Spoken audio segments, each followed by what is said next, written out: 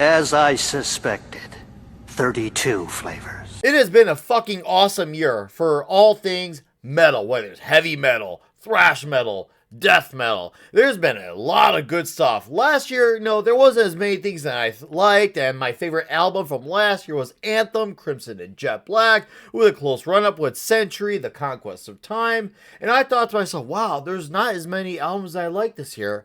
Is it me boomering it? Am I getting to that age where I'm becoming an old man, I'm becoming set in my ways? Well, then along came 2024, and bitch smacked 2023 in the face like, no, dude, more great stuff is going to come, and it's going to be hugely great. And sure, 2024 was freaking awesome. So awesome, in fact, that there was like a lot of great albums I liked. And I was like, holy crap. So I heard like 40-something albums this year overall. And I wasn't going to do a top 40. I was just like, okay. I don't want to just put out every album because everyone gets a ranking. To me, lists mean nothing when you listen to all the albums and everyone gets a place. To me, a top list needs to be the top of the top of the top. So I decided, you know what? I'll do a top 10 this year. Why not? I did in 2022. We're going to do it again in 2024. So I did a top 10. No, actually, I did a top 6 in 2022. So this is a top 10 this year. More good stuff. More than ever. So I got 2 years older. And I liked even more tunes. I love that. So we'll do a top 10, and we'll have 5 honorable mentions. So we'll kick off with the honorable mentions, because I'm just going to name them, not really get into them, but I'm just going to say them, and some are going to be obvious, some are going to be less obvious. One might even be polarizing, but I don't give a shit, because it's my list, so I'm going to stand by it. I'm not going to apologize for it. So, Flotsam and Jetsam, Eye on the Weapon, freaking awesome. Nasty Savage, Jeopardy Room, Solid, Job for a Cowboy, Moon Healer, Haunt, Dreamers, Crip Sermon, The Stygian Rose. I almost forgot Crip Sermon. I knew I was like, yeah! But yes, those are some great honorable mentions. There are other good albums that came out, but those were the ones that was like, okay, these are the first of the honorable mentions that came to mind. Now, as for my top 10, this was a very hellacious process. Numbering this, listening back to the albums that came out earlier this year, going back, does it still hold up from a few months ago? Do I still rank it as high as I did then? Does it go lower? Does it maintain? Does it go even higher in some cases? And well, I'll tell you that some albums maintained their spot. Some maybe went a number or 2 down, but still, once again, they're still in the top 10. It's not a bad thing. It just sometimes something else came out that I enjoyed even more. Some things stayed right where they were. And I'll tell you what, number 1 stayed exactly where it was. So let's get into the top 10 albums of 2024, shall we? Barbecue, huh? How do you like your ribs? Number 10 is Critical Defiance, The Search Won't Fall, a follow-up to 2022's No Life Forms. Once again, great stellar artwork by Julian Mora, though I wish for the CD version they didn't, crop the artwork in, whereas for No Life Forms, it took up the entire thing. Now, if you look at the vinyl, I'm like, okay, so they made it take up the entire format for vinyl. I don't know what gives. I don't know if that was a band decision. I don't know if those are labels, but guys, let's not do that. Come on, you're ruining that great artwork of Julian. It should be seen on the entire compact cassette. Sorry, I was gonna say cassette case, but this entire CD case. So come on, let's make our man's art shine. But Felipe Alvarado, still lead guitar, still vocal, still crushing it. Now, of course, the previous album was more like a Beneath the Remains, a Pleasure to Kill, a Darkness Descends. This album is honestly, it's more like an Injustice for All type of album in terms of its song lengths. It's still brutal. It's not watered down. Yeah, you have parts with like a guitar melody, but there's no like big clean singing moment. You're not getting a ballad of like One or even Enter Sandman. Thank fuck for that. But you're getting still hard-hitting songs. They're just a lot more longer. Like, think of when Dark Angel went to Leave Scars and their songs were a bit longer. And I'm like, holy crap. I think even Morbid Saint did the same thing at the time with Spectrum of Death. I was like, okay, hell yeah, man.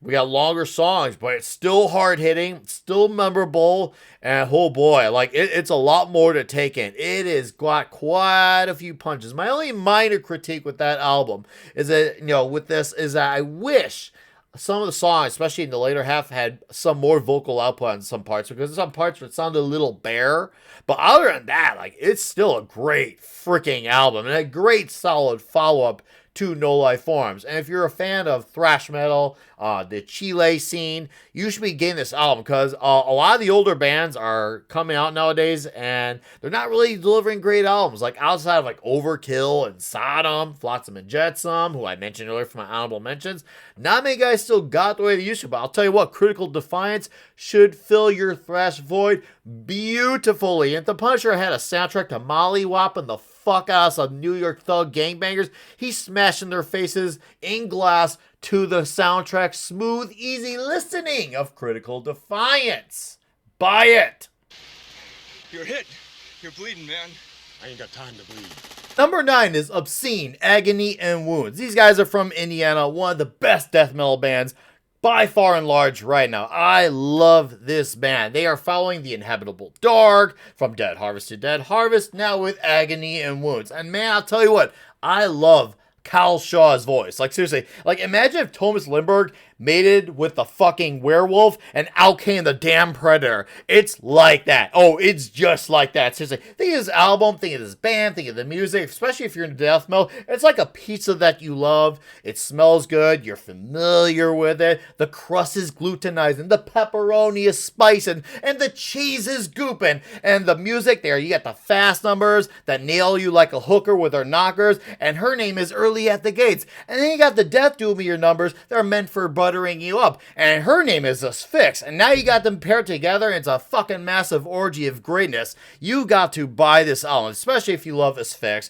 if you like Early at the Gates, and maybe even throw in an argument, maybe there's a little bit of, I'd say some Obituary or Pestilence in there as well. But seriously, this album is good. And you know what? I'd say it's probably actually my favorite album from Obscene yet, which I was like, okay, the Inhabitable Dark was my favorite. Like, Dead Harvest is good, but Inhabitable is better. This is the new best one. By far and large, it ain't even close. If you come back in here, I'm gonna hit you with so many rights, you're gonna beg for a left. And now we go into number 8, Traveler, prequel to Madness. This album shreds. It's fast.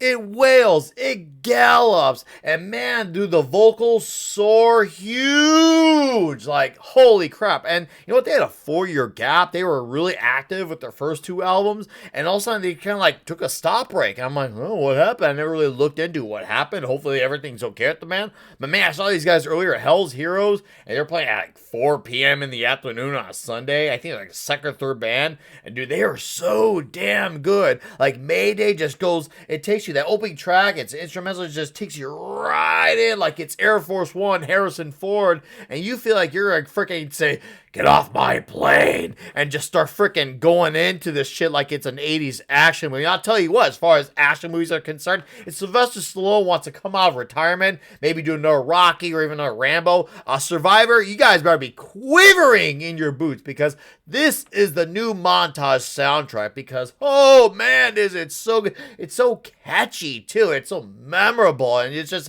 got these anthems, and it's fist pumping. Oh man, I just feel good on so many standout tracks, whether it's the title track, The Law, of course, Heavy Hearts.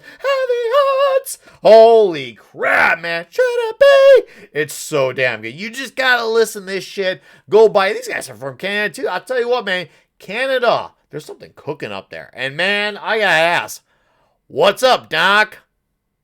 Buy it today. Remember, Sally, when I promised to kill you last? That's right, Major. You did. I lied. And number 7, Judas Priest, Invincible Shield. 6 years later, after Firepower, it is awesome to see this band still out there, still so long after the career has been going through the singer changes, KK Downing saga. These guys still got it. And I've seen some hubbubs where people say it's good, but not as good as Firepower. There's a few songs that are kind of lacking, but no one seems to say it's a bad album, which to me is still a good sign. And 19 albums with all the great albums that they got, all the legacy that they got, I personally find it killer. There's a few songs that kind of, a little drag on. Okay, fine. It's That's valid, but however, this album's a bit shorter than Firepower, which I do feel like it has that advantage. Because it's a little bit shorter, I don't count the 3 bonus songs. It has a bit more punch because it's a short album. To me, not every album needs to be an hour and 15. Yes, obviously, there's exceptions to the rule, like most rules, but I like this album's a bit shorter. I think it's the shortest one in quite some time, actually.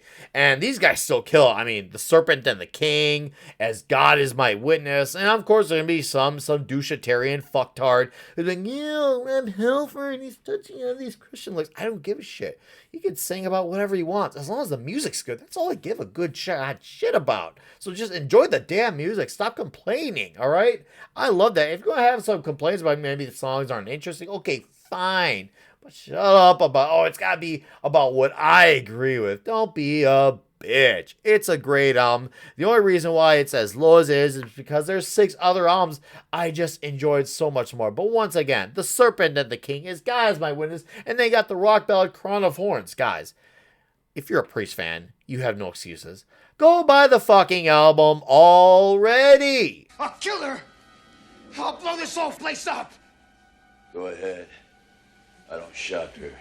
Number 6 is an album that I truly did not expect to end up in this list. Not in the top 10, not in my honorable mentions. I was like, oh, okay. And yes, for the record, I've always been a fan of Nails. I just was really underwhelmed with You Will Never Be One of Us. I didn't even hate it, but there's nothing really about it outside the title track that didn't really, give me any lasting impressions. I was like, this is kind of weird. Unsilent Death is cool. Abandon All Life is really killer as well. What's going on here? Even though it seems like a lot of people seem to like You Will Never Be, I seem to be one of the minority on that one. But then along came Every Bridge Burning.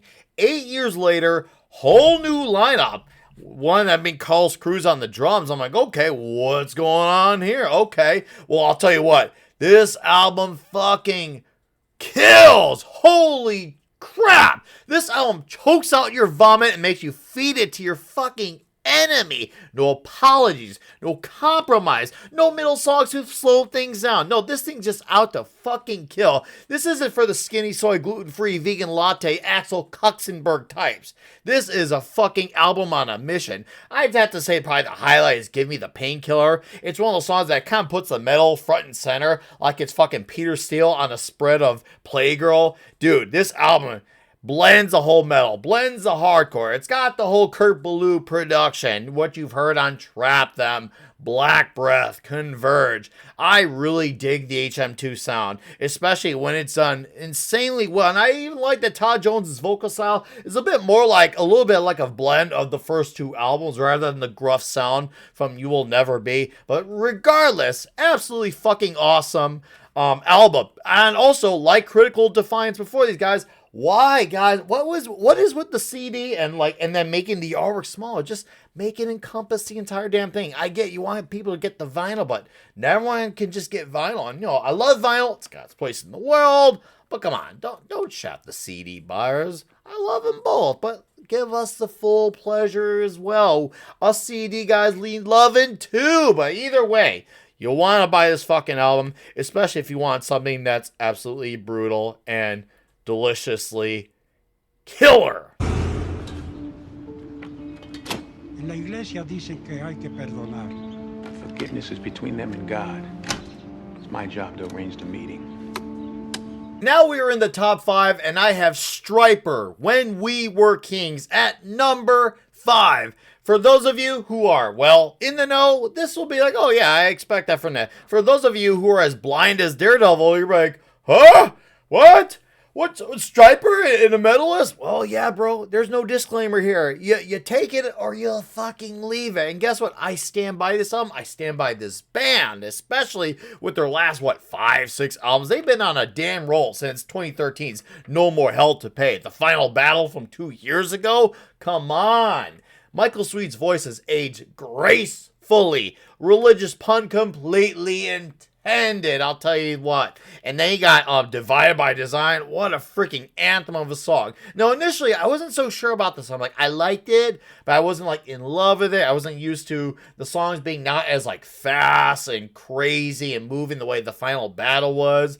Then I kind of gave it a few more lessons, and I needed to let it marinate. Like I was cooking something on the grill. Let it really sink in. I had to cook in some beef tallow and be like, okay, this is a slow cooker. Okay. But once everything, all the flavors started pouring in, I'm like, okay, I get this thing now. I get it. So by that time it sank in, all bets are immediately off. So yeah, it's definitely got a little bit more in common with the recent sound blending with some of the earlier sound as well. So it might throw some people off. If you strictly only know the newer albums, you're going to be a little bit thrown off by this album. But once you sit and get to know it, it's like a good long-lasting relationship. You just want to be coming back for more. But seriously, it's a damn great Striper album.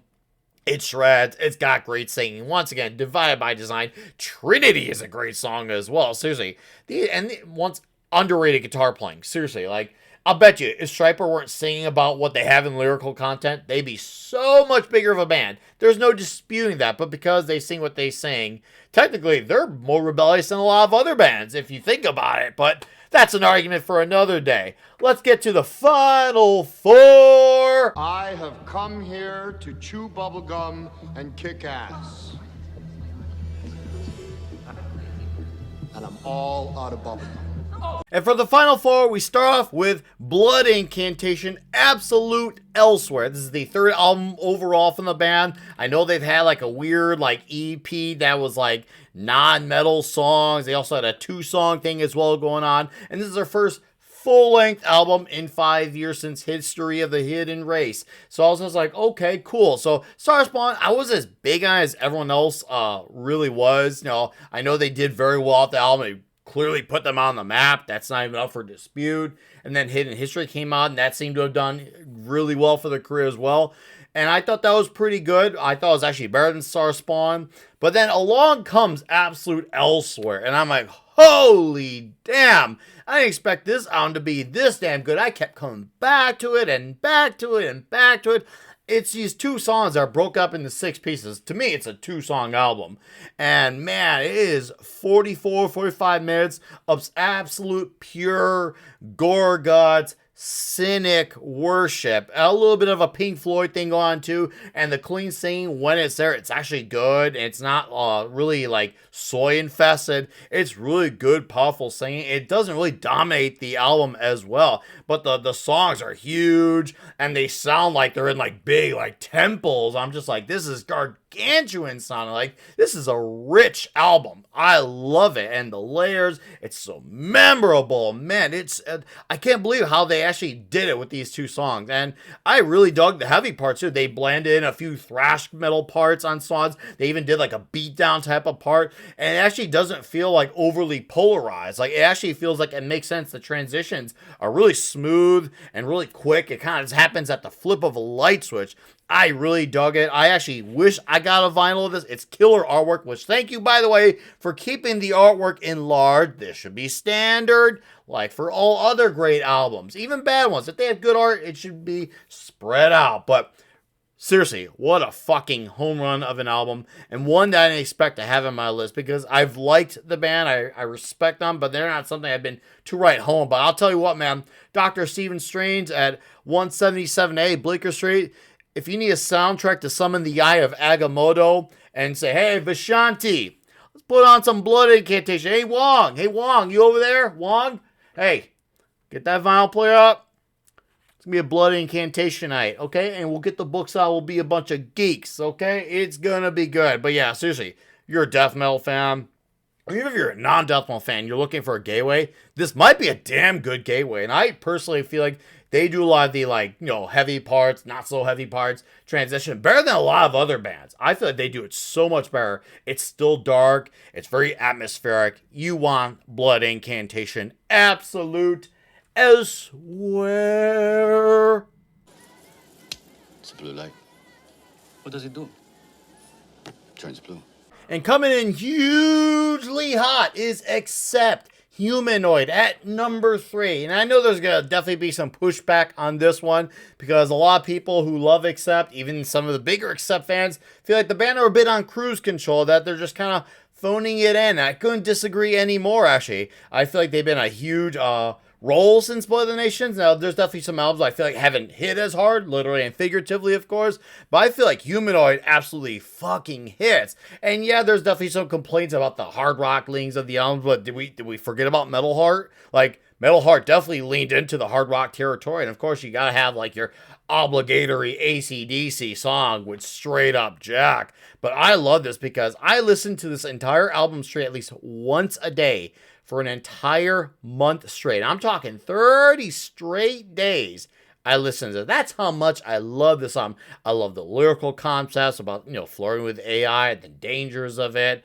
And of course, I love the grooves, like the party rock songs, just Straight Up Jack. And they got scorching songs like South Side of Hell, Mind Games. Yeah, you can argue songs like maybe like Unbreakable or kind of like straight up like recycled stock style Accept. But the other songs, the rest of the album, it fucking hits, man. And you got the arena rockers like Man Up. I originally didn't like that song, but once it grew on me, I was like, dude, hell yeah. And I love the lyrics on that song. And we need more lyrics about being fucking awesome and, rising up to the challenge of being a man. Once again, straight up shit that fits within a Rocky soundtrack. But once again, Accept, Humanoid, like all the other albums before it, you need to buy the shit. And you know what? Accept it. Pun completely intended.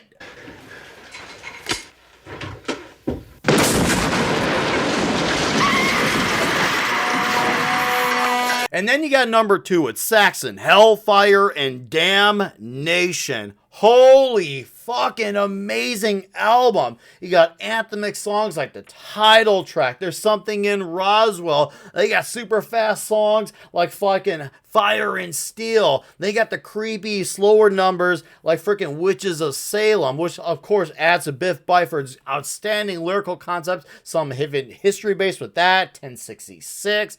Man, and then the first album, Brian Tadler of Diamond Head fame on guitar. And dude, you can definitely tell there's a small subtle difference. It's still very much a Saxon album with that little bit of a Diamond Head influence creeping, but man, does he blend in with the band well here. And I'll tell you what, these guys are at the top of their game with this album, which I can't believe. Like, it came out in January, and I thought to myself, this is fucking album of the year.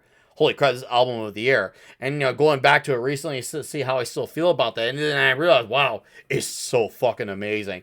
And, we have a time where Accept, Striper, Judas Priest, other great traditional heavy metal bands are still killing it, playing albums that are on par with their stuff from the 80s or 90s. And I feel like Saxon are putting out just as good, in some albums even better. And this is one of them. And I like this one even more than Carpe Diem. They know how to start an album. They know how to close an album. This one with Supercharger and Living on the Limit from the previous one, it's so good. And I'm like, how? And this is like the 23rd or the 24th album. I've lost track. They put out more albums than Motorhead. Motorhead did 22 albums. Overkill's on 20.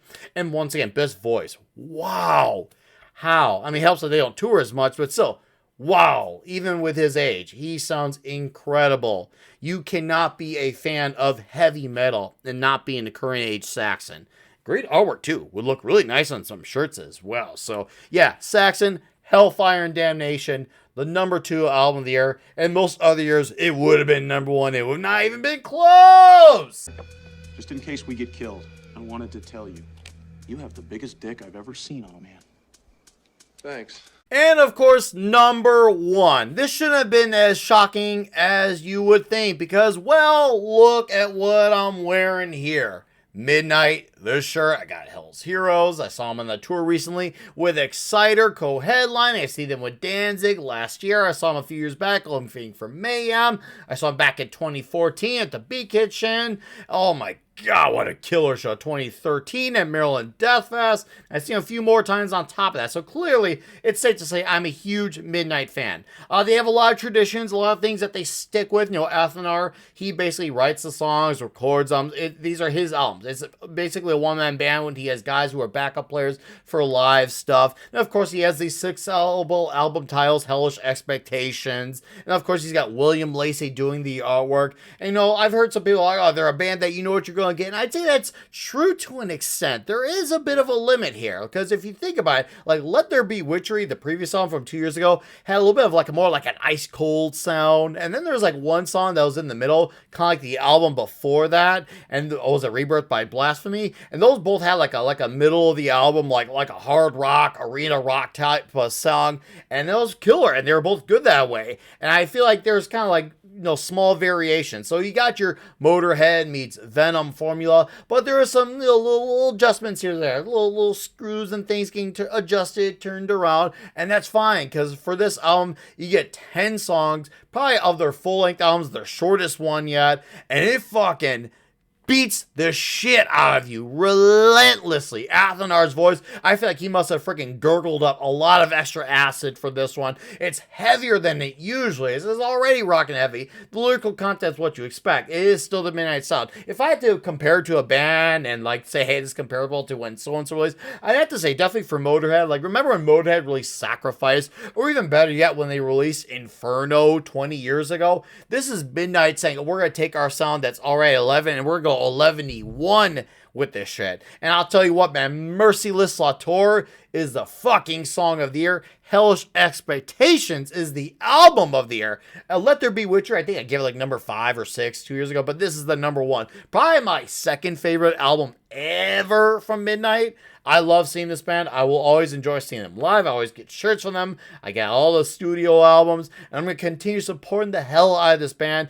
You should be into Midnight. You can't say you're keeping up with new metal of the traditional heavy metal bands. Like, there's no new good bands. Well, these guys aren't exactly new anymore, but they're newerish, and they fucking kill every album.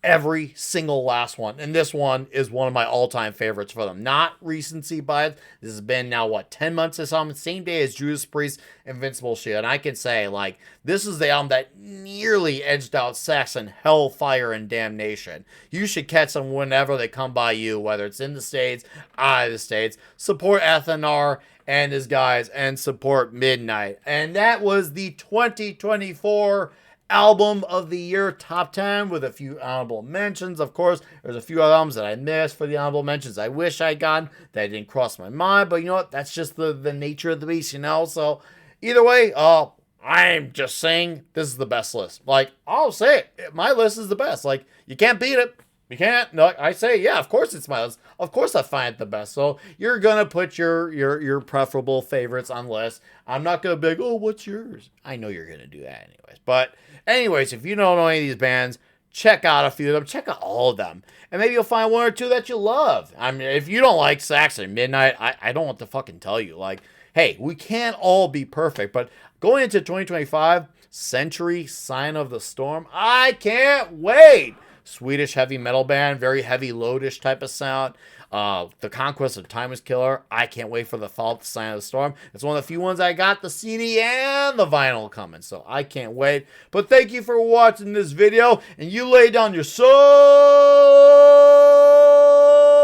to the gods rock and roll.